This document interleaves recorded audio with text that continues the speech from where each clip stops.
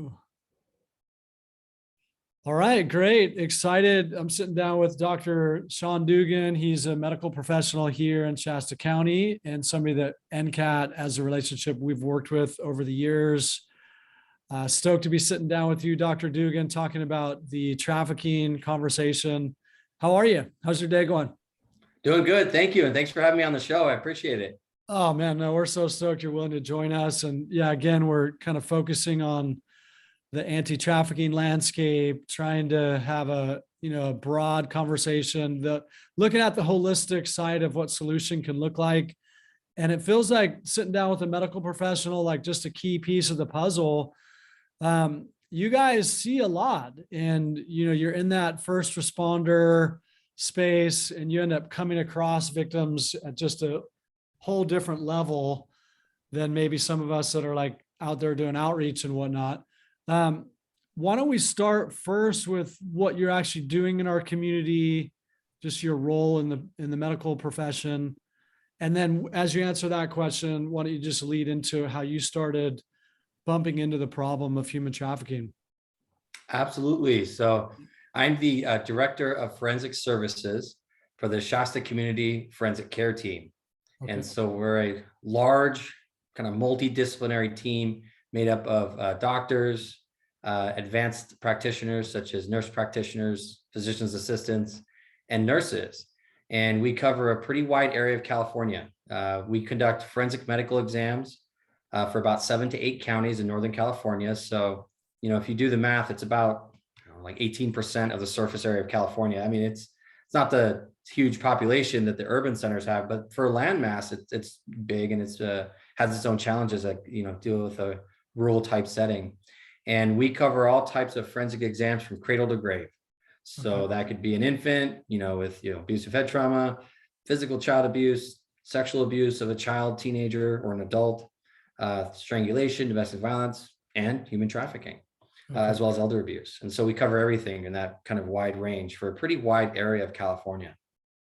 Yeah, and I'm imagining with how rural we are up here in Northern California, and you mentioned that large landmass, that coordinating protocols and responses is probably pretty challenging. Definitely. And when we can, we try to get I call them outposts, which are other examiners in some of the more rural, even more rural parts of Northern California. In fact, for years, we had an outpost up in Modoc with a examiner I trained up there to do all these types of exams. And this saved the patients about a 3-hour drive down to Shasta and then a 3-hour drive back up to Shasta. Yeah. And I'm working with some partners in Humboldt County, because that's an even further drive. When I drove out there, it was about 4 hours, 4.5 hours, depending on whether or not the 299 is open. And as anyone listening is well aware, during the winter, there's snow, and the summer there's fire. So, unless you're going fall or spring, chances are that road's closed. And so, there's a unique set of challenges. And Del Norte, which recently reached out recently, I mean, they're about like a 6-hour drive away, I think, when the 299 is open. So there are definitely some challenges, but their patients are out there and they need to get served. And when you say they're reaching out, so they're reaching out because you're developing some processes that maybe haven't been in place. Before we go there, can you talk about how you started discovering the issue of trafficking? And I realize it's a multidisciplinary team that's touching this, not just you alone, but here in Shasta County, eight plus years ago, the idea of trafficking wasn't a very hugely received thought. It was more like, that's not a problem here. So you started making discoveries along with others. Maybe talk about that process of how eyes were opening to the problem up here in NorCal. Sure. Well, as my role as a forensic medical examiner, we'll examine, kids and adults. And so, over the years, as we were examining kids and adults, we started getting disclosures of sexual exploitation, people that were being exploited sexually by another person, and all the way down to like little kid, under 10, all the way up through, somebody who's, in their 40s, 50s, 60s. Right. Mm-hmm. And so these disclosures would come out. And in some cases, we would get a disclosure from a patient that there were several other patients that were also being exploited at the same time. Mm. And here it is, I'm sitting in front of one patient. There's potentially a dozen more in this living complex who I don't have access to, who I'm probably never going to meet unless they happen to cross paths with me. And it started to really open my eyes to how much of a problem, how much trafficking is going on in this area, and how many of these patients physicians like myself are countering on a routine basis, and probably not even realizing that we're encountering someone who's being exploited. Yeah. And so let's get into that. You've been working on some pretty groundbreaking stuff for our community. So you're in the process of developing intake processes, screening tools. Do you want to kind of unpack that a bit? And again, this connects to how other counties are reaching back out to you, trying to get access to some of these processes. Absolutely. So it's incredible too, because even though we're, rural Northern California, I'm actually also the medical director for the California Clinical Forensic Medical Training Center. And what that center is responsible for doing through state law is training other new examiners on how to conduct these types of forensic medical exams. And so I'm in this opportunity to really train not just locally, but across the state and across several other states, how to conduct forensic medical exams. And we also, part of that forensic medical exam is talking about human trafficking. Okay. And so that's kind of how, we've sort of been roping in more and more counties up here. And you're not gonna believe this, but there are some really good statistics out there of how many patients, who are being trafficked present to our local ERs, our local clinics. And it's jaw dropping. It almost seems unbelievable, but there have been more than one study that has shown this. And what the evidence shows us is almost 90%, 90% of patients who are being trafficked present to one of our either ERs or clinics at some point while they're being trafficked, and usually for injuries caused by their trafficking. Wow. 90%. So, the choke point of where we're going to find, these patients who are being trafficked really is the ERs. It's your clinics. It's the women's clinics. It's places like that. The data shows that a lion's share of it goes to the ER. I mean, just a massive amount of these patients go through it. So, let's just talk theoretical for a second. And let's say I wave a magic wand, and even if I could catch 50% of those, right? I could drop, we could essentially treat, identify and treat, half of the patients out there that are being trafficked in the community, right? So it's jaw dropping, those numbers. And it became clear to me as we were, my career was evolving, and as we were seeing more and more patients who are disclosing exploitation and trafficking, that we really need to focus on the hospitals and the clinics and identifying these patients. They're not just coming in for a hangnail, they're not just coming in for like routine health checkups. They're coming in for injuries caused by their trafficking. So we really need to open our eyes to that. And we can develop, systematic, evidence-based, patient-centered processes to really identify and treat these patients, because many of these patients are going to have injuries. Many of these patients are going to have both injuries you can see and injuries you can't see, such as traumatic brain injury. And if we are not looking out for it, we're going to miss that. And when you say that number, they're like the disclosure, does that, I'm assuming the disclosure has a range of information, but it includes something very clear that there's a trafficker in their life, like they're unsafe, they're being controlled, they're being exploited. So there's something clear enough to make that correlation. What kind of information is coming forward? Again, I'm sure it's a broad range of info, but. Right. So of course, most of these patients don't come in disclosing. We do have some that do, but many of these patients don't. But in some of these studies, one of the studies, up to 20% of the patients felt that the doctor knew they were being trafficked.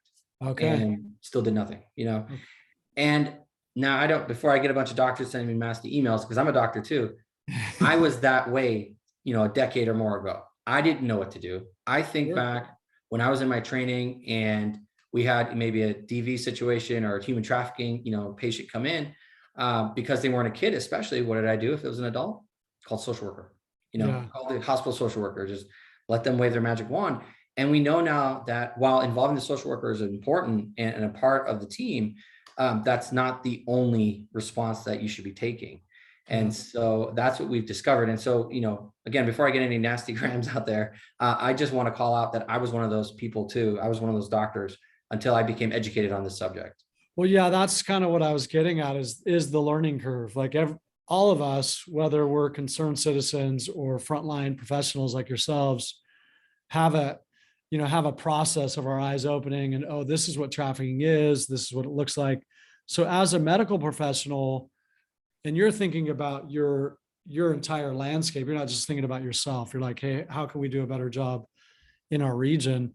What do you think that eye-opening process involves? What does adequate recognition or screening involve? And then what does adequate response or wraparound involve? And I realize that's a very big question, but No, that's good. I can break it into two packs. And I think for those listening today, I like to leave my listeners or people, I'm talking to, I like to leave a clear plan, like a real clear step one, step two kind of thing. And nice. one thing I always say is I will never present a problem without presenting a solution. I believe firmly in that. It doesn't do anybody good just to sit here and talk about what ifs and a problem and not have a solution. So for those listening, I'm going to present to you both the problem and we're going to present the solution. And so if we break that into two parts in terms of identification, one thing that we're working on in the medical field pretty aggressively is having staff in the hospital full time to screen any patient who presents with a suspicious or a disclosed inflicted injury. Okay. And so that could be anything. That could be a patient presenting to the ER who say, has a companion with them and just something seems suspicious, right? These injuries are not consistent with the history disclosed. The behavior, right, of maybe the companion and the patient seems inappropriate or seems to have some red flags for trafficking. You might have a patient presenting to deliver a baby. And the last time she delivered, she just walked off before any care was provided to the infant, just left the baby there. That might be a patient we also interview for trafficking. So again, we're going to have in multiple levels in the ICUs, on the inpatient floors. We're going to have this response team there to interview these patients. So in addition, not just to increase the education of the staff that are screening these patients when they enter the doors, we're going to actually have teams available to respond. So that way, the physician who isn't trained on trafficking, who isn't maybe trained on how to treat that, will know who to call. And this is a common staple throughout medicine, right? I'm not a cardiologist, for example, right? I'm a forensic physician. I'm not a cardiologist. So if I'm doing a forensic medical exam and, my patient starts having heart trouble, I'm going to call the cardiologist, right? So the equivalent would be the cardiologist or the ER doctor, clinician seeing a patient who has a suspicious or inflicted injury. They're going to call the expert, the forensic person. So if you think of it that way, we're just like another specialty. Yeah. And much like I wouldn't be expected to, perform surgeries or, et cetera. Same of them. I don't expect them to conduct a, 2 to 3 hour, forensic medical exam. It's just not in their training. So that piece is coming to light. This isn't a pie in the sky dream. This is being actively developed. And we're working on forensic medical forms, tools, et cetera, that we can use when a patient is screened positive for human trafficking to further look for those types of injuries that I mentioned, because many of these patients will have injuries that aren't apparent on the surface, even though they're presenting for an injury on the surface, they have other injuries. And so that's kind of the first piece of the puzzle, if you will. That sounds like an important piece. Yeah. Now, and that your colleagues, people in that landscape feel, not only aware, but empowered, right? Because I would imagine part of the, they would release people back to their traffickers, just the ignorance, I don't know what to do. So you're giving them real tools. I love that. Correct. Because if not, if you think about it, and this is going to sting a little bit for some of the medical community, but it's true. If all we're doing is treating these patients for the injuries that we can see, say, for example, we're treating STDs, or say we're treating broken bones or bruises or lacerations that they incurred from their trafficker, or through the process of being trafficked. And then we send them right back out on the street with their trafficker in hand. Have we not then just enabled trafficking? Yeah. It should surprise no one that 90% of these patients flow through our ERs and other clinics at some point, because nearly all of them go undiscovered. So if there's no, if there's no checkpoint to identify these patients, the traffickers are going to keep using these facilities to basically patch the patient back up and send them out. Because remember, at this point, you're dealing with commodity, right? You're dealing with a business. Yeah. And so again, as much as this stings, as the medical community, we've really sort of enabled trafficking over the last few decades. Wow. And that has to stop. That has to change. These patients are coming through our four walls. We need to identify them and treat their injuries because these patients have a ton of physical and mental health injuries. Yeah. And we just haven't been picking them up. And on that mental health front, talk about the process of a victim, like their buy-in to getting help. Because I realize that's not so black and white all the time. Somebody that's been traumatized in that way, the journey that they've been living in, the kind of the ecosystem of their life, being exploited, extremely vulnerable. They're not always an individual that says, hey, help, I need Right. help. There's a lot of like mental health issues there. Um, does somebody that's being exploited need to say help to get help? Or when you discover, wow, there's exploitation here, there's violence here, can you do something for them, even if they haven't raised their hand saying, I want to get out? Yes, and that's the amazing part is what the evidence has shown with patients from all walks of trauma, whether Yeah. it's human trafficking or domestic violence. When you get a trained medical personnel in there, whether it's a forensic nurse or a forensic clinician, forensic doctor, and they take that time and they spend those couple hours with that patient, Yeah. the immense rapport building and trust that goes on, and someone who has that skill set is incredible. And what you see is a huge amount of those patients who would otherwise flat out deny services, flat out deny compliance with any of the recommendations given, other than just that basic, I need to be patched up and get out of here, goes through the roof. And so we anticipate that with this new type of team we're going to deploy, a similar surge in patients who are willing to engage in services and seek out that help. Because you're absolutely right. Many patients who are trafficked don't even realize they're being trafficked or exploited, don't even realize that that's not a normal part of life. Yeah. And some of these patients I've spoken to, many of them come from traumatic backgrounds. Many of them come from backgrounds where there was exploitation going on with maybe one of their parents. Mhm. And so when you've been exposed to that at a young age, you don't really have a sense of what's normal, not normal, the black and white, right? That this is okay and this is not. And so that's part of the rapport building in the beginning of the relationship with your patient is, hey, guess what? This happens to a lot of people, and it's okay that it took this long for us to pick it up, but we're here to help and we're here to treat those injuries. And we're here to just not only do that, but to involve wraparound services, which kind of leads into our second, piece of this puzzle, Yeah. the second big need that we have in this community. Yeah, that's what I was going to get at next is like, as you're setting up this intake or recognition process and what wraparound needs to look like, obviously what you've already articulated, just hospitals being able to stop and point a victim into services. What kind of services or environments are you guys recognizing as the big need for those victims? So one thing we've learned through experience and in doing these programs, even before this huge, countywide program, just in the patients we pick up routinely in our forensic medical exams, one thing we learned is these patients don't do well in traditional domestic violence shelters. It's just not the right fit for a patient who's trafficked. To the layperson, they probably seem similar, domestic violence and human trafficking, but to those in the field, they are vastly different. And the outcomes for these patients are vastly different. And the needs, both physical and mental health, are vastly different. And so what we found is placing these patients in a mixed shelter or a DV shelter situation often doesn't work well. And this isn't something that only Shasta County has discovered. When I talk to my colleagues across the country and at the national federal level, that's what they've also discovered too, is that we need something special for these patients that's not a DV shelter, that's just a human trafficking shelter. And to everyone listening, we don't have a human trafficking shelter here in the North State, period. We don't have one. They don't do well in a motel. The motel is better than sending them back to their current living situation with the trafficker.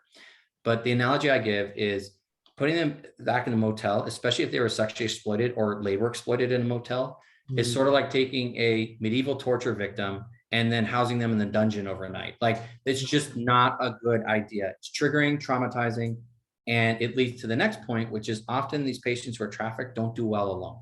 Yeah. They don't do well living alone. They're used to living in, typically in speaking, in an environment where there are other people, either they're trafficker or other people being trafficked. And so, isolating them in a motel or a home somewhere by themselves, what our experience has shown is that they typically don't well, and the rate that they return back to trafficking is pretty high. I don't have a number for you to give. It's just what we see anecdotally based on patients we've literally done that for. Yeah. So where we're moving towards now is we need to build a shelter for specifically geared towards human trafficking. Yeah. And they're, in that setting, their trauma is being addressed, their healing process is being shaped specific to that trauma. There's an element of community in that setting. They're not alone in their process. I know over the years, we've seen that with facilitating like survivor support groups, just how powerful it is for the victims, the survivors to be able to sit down and talk through their journey and learn what hope looks like and what going forward can look like. And so in our community, we have a lot of cooperation happening across different agencies, different organizations. And I think people have been playing their part, but we hear that over and over again is like, hey, if we don't have a healing environment specific to the trauma of trafficking, we're not really doing our best part. So you've been doing a great job of spearheading this, getting some leaders together. We just had a lunch last week or pretty recently. Do you want to talk about some of the partners that are coming to that table that are looking at trying to address this and resource this issue? Absolutely, because right now the biggest need we're going to have is the housing. The medical community is coming behind this, and just like previous efforts we've done where we formed a child abuse team and all of a sudden the child abuse rates here skyrocketed. I don't know, it could have been that we were having an increase in child abuse, or is it that these things are happening because it's being reported, these patients are being identified and treated correctly in the hospital. And as a mandated reporter, I report that to law enforcement. It's part of the law. And so all of a sudden our rates skyrocketed, right? I mean, we're almost triple the state average we were for a while anyway in child abuse rates. And it all started in 2016. Well, that's when we started forming the Children's Legacy Center. And that's when we started coming together as a child abuse, that's when the medical community got together. We formed a child abuse protocol. We taught our physicians and clinicians and nurses to say, hey, this is how you identify child abuse. The same thing happened with strangulation. Once we opened the strangulation clinic at One Safe Place, all of a sudden the strangulation rates here are skyrocketing. I anticipate a similar surge with human trafficking because we're going to pick up patients with injuries from human trafficking. So we're going to report that. And of course, our rates are going to skyrocket. Wow. But we need somewhere to house them. And so we were meeting, we had that meeting last week, myself, Lance, we met with a leader in the micro shelter, Laurel Park. We also met with Galina from IRC, the International Rescue Committee, who does a lot of work in sheltering patients of human trafficking. And all of us got together with representatives from One Safe Place to talk about starting a human trafficking shelter here. So this would be a shelter designed specifically for adult patients of human trafficking. And, if someone out there is listening to this and feels this calling and says, I have a building, I have a spot, beautiful. Yeah. We would take that in a heartbeat. But knowing how land is up here, how short it is with the fires and everything else, I think a good reasonable alternative plan would be to go towards this sort of, a shelter with, little huts, cabins, or whatever you want to call them, micro shelters on one site, have it fenced off and have intensive case management. Yeah. And the amazing thing is we already have the medical mental health piece covered, which is a huge component.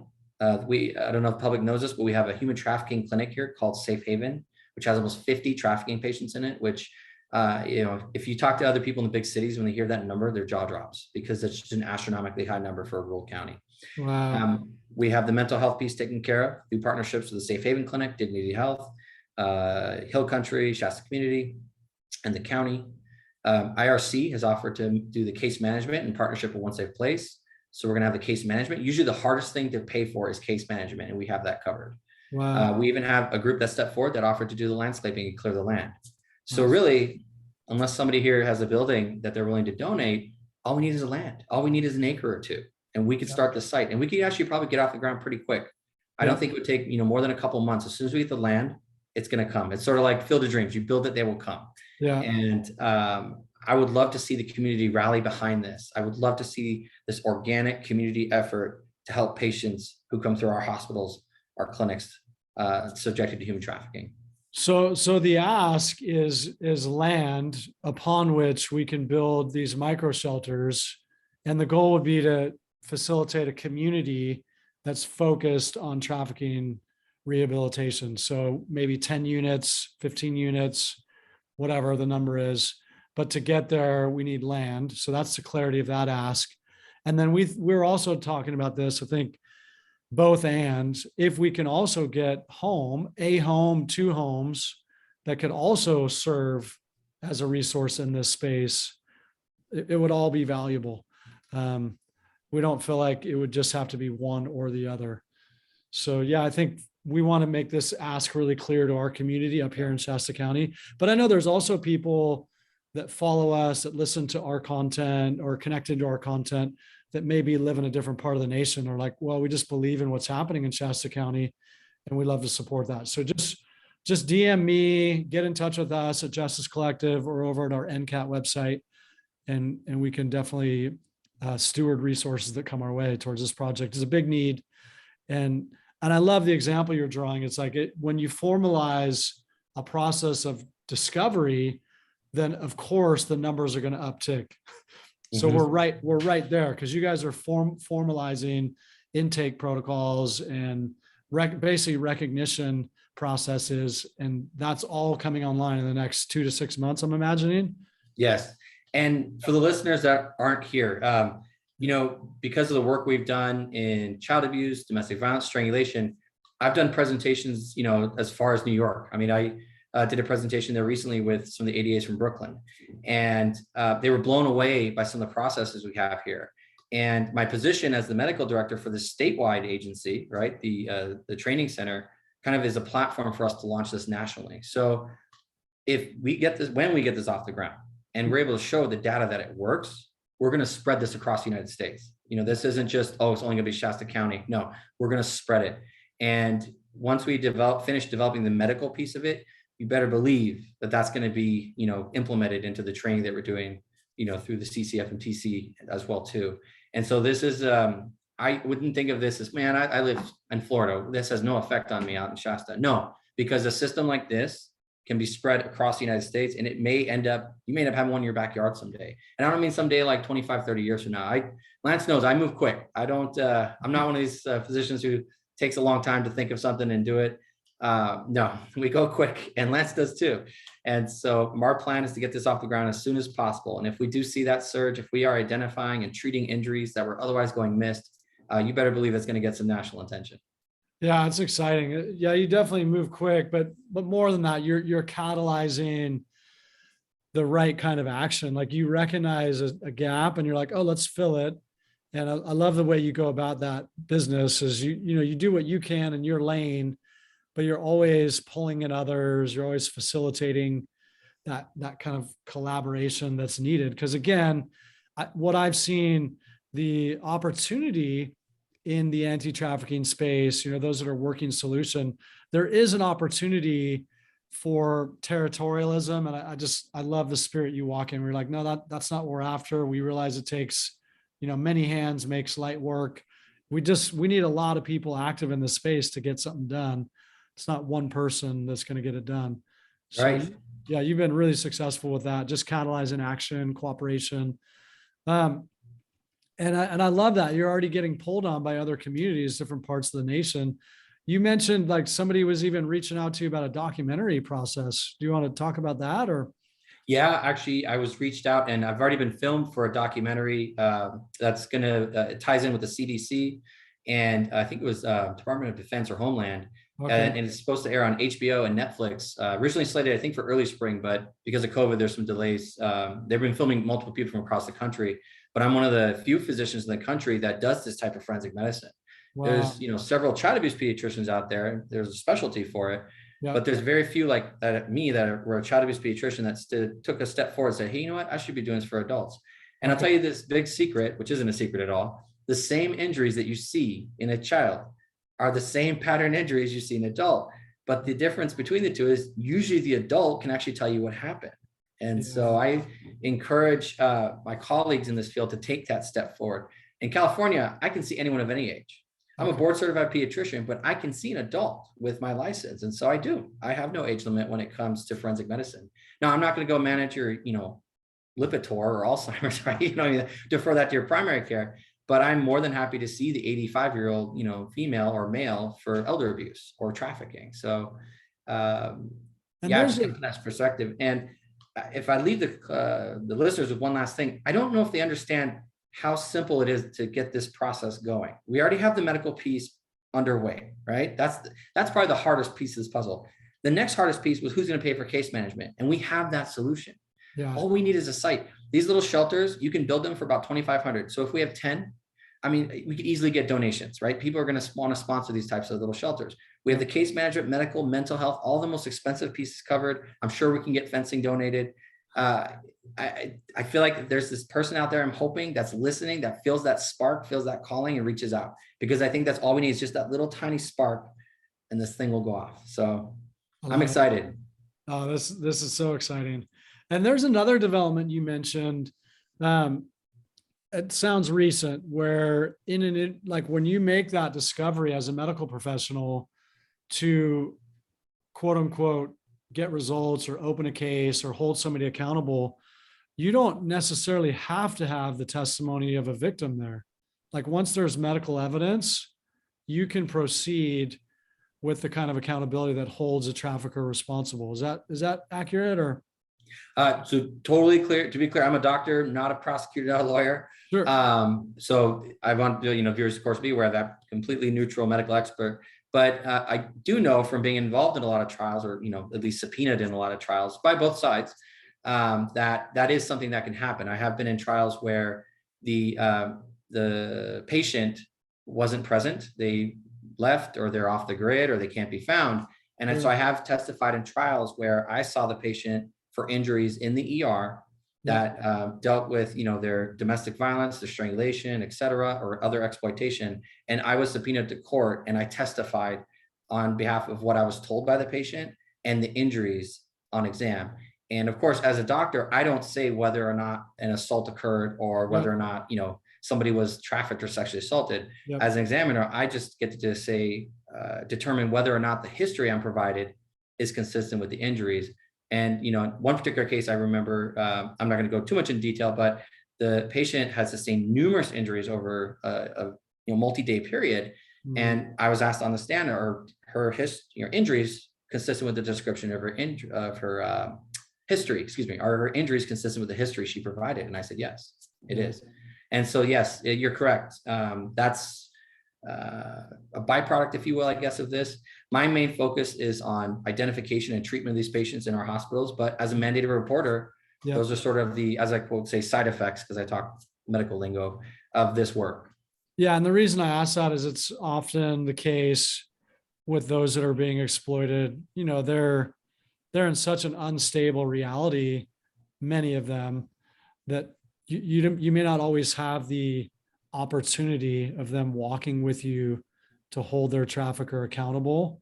But this piece of information is pretty important. It's like, well, that may not always be needed to hold somebody accountable. And again, that's a big piece of the puzzle, isn't it? Like, we actually want to get those that are exploiting others and trafficking others.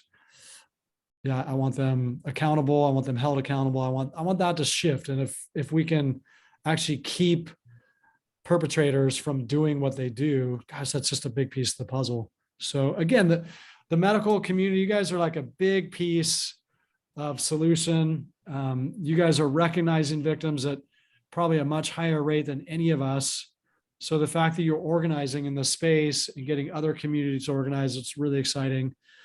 And that you'd even be playing an active part in the rehabilitation, healing process. It just speaks volumes to your heart and your mind. Like, you see the issue. You're not just kind of in your little square peg, like you're seeing the whole scheme. I love it. Yeah, it's really medical community, the medical establishment has been the sleeping giant in human trafficking. Okay. It's that thing that like has been in the middle. It's bigger than the elephant in the room. It's the mountain in the room. And nobody has really noticed it. Well, I take that back. A handful of people have noticed it. And the authors of those studies, they laid the foundation for medical community taking a step forward, because the medical community loves to take steps forward based on evidence, based on research. Yeah. And the fact that you have more than one study, interviewing patients who have been substantiated trafficking, meaning they're trafficking. Everybody agrees that this is a patient of trafficking. This isn't just somebody who's making this up. And they're reporting these insanely high rates of presentation to the ERs and clinics with injuries from their trafficking. And then myself experiencing these patients in the ERs currently here in Shasta County and getting disclosures of exploitation and trafficking. I might be called in what I think is just a domestic violence exam, right? And it ends up being trafficking because this is a patient who's being exploited. And so it's just, for me, that really brought it home, because it wasn't just me reading some insane number and going, oh, wow, that's just probably overblown or biased. It's like, no, wow, I'm actually seeing this on the street level. I'm actually seeing this in our clinics, in our ERs. And again, for everybody listening, we have almost every piece of the puzzle. All we just need is this last little piece, and then bam, it'll take off. That's great. I love it. Yeah. And again, thank you for not turning a blind eye. Thanks for paying attention. And yeah, again, you're creating a spark in our community. I love it. Anything, parting words, maybe even as you look out and think ahead. I know you've talked a lot about what we're currently looking out ahead towards. Yeah, I think it's going to be fascinating to study whether or not there is a shift in compliance, whether or not when these patients present to our ERs, they're identified, they're referred, they're, have stable housing now in a shelter, they have the case management, what the compliance rate looks like. How well do they comply with, treatment of their substance use or mental health or medical problems. The thing too about the human trafficking shelter model is we know that many of these patients are going to be substance abused, right? They're going to have, that's a way of controlling someone, is using substances, right? And so we go in there expecting to have to deal with these issues. But again, we have that covered. We have medication assisted treatment, MAT teams here in town that can help with that. So again, we have all these huge pieces that many communities don't have lined up. And so, yeah, I'm excited. I'm excited to work with you, Lance, and all of our community partners to really attack this, to really just increase the rate we're identifying and treating these patients. And we know that trafficking patients may have high numbers of, strangulations, blunt force head injury, strangulations. We just don't have that data yet. The only data that I have comes close is approximately half of the patients in our safe haven clinic have disclosed strangulation. So that's a pretty high number. And I don't know that number represents all of trafficking yet. We don't have that data, but it's still a pretty high amount. So I think we're gonna, as this process evolves, we're gonna find a lot of injuries on these patients that otherwise weren't being picked up with traditional processes. Yeah. Yeah. Again, thanks for what you're doing. Really. And thank you for sitting down with us, kind of sharing the story on this platform. Our hope in doing this interview, as all of them, that we're educating other people and other communities, but I guess also we've added an emphasis in this interview to, like, we also have a direct need. We're asking for partners to contribute financially. If you have access to land here in Shasta County, if you want to contribute financially to what's going to be taking shape leadership wise, yeah, we're very open and we see the need, and yeah, we're excited to get in there and do what needs to be done. So thanks for your time, Dr. Dugan. I'm going to officially land this. Thanks for giving us a few moments of your day. And when we get this up and online, we'll make sure that you know when it is, so you can also share on your platforms. Okay. Thanks, Lance. Appreciate it. Yeah, absolutely. So with that, I'm going to say goodbye. Thanks, Dr. Dugan, and we'll talk to you soon. Thank you. Take care.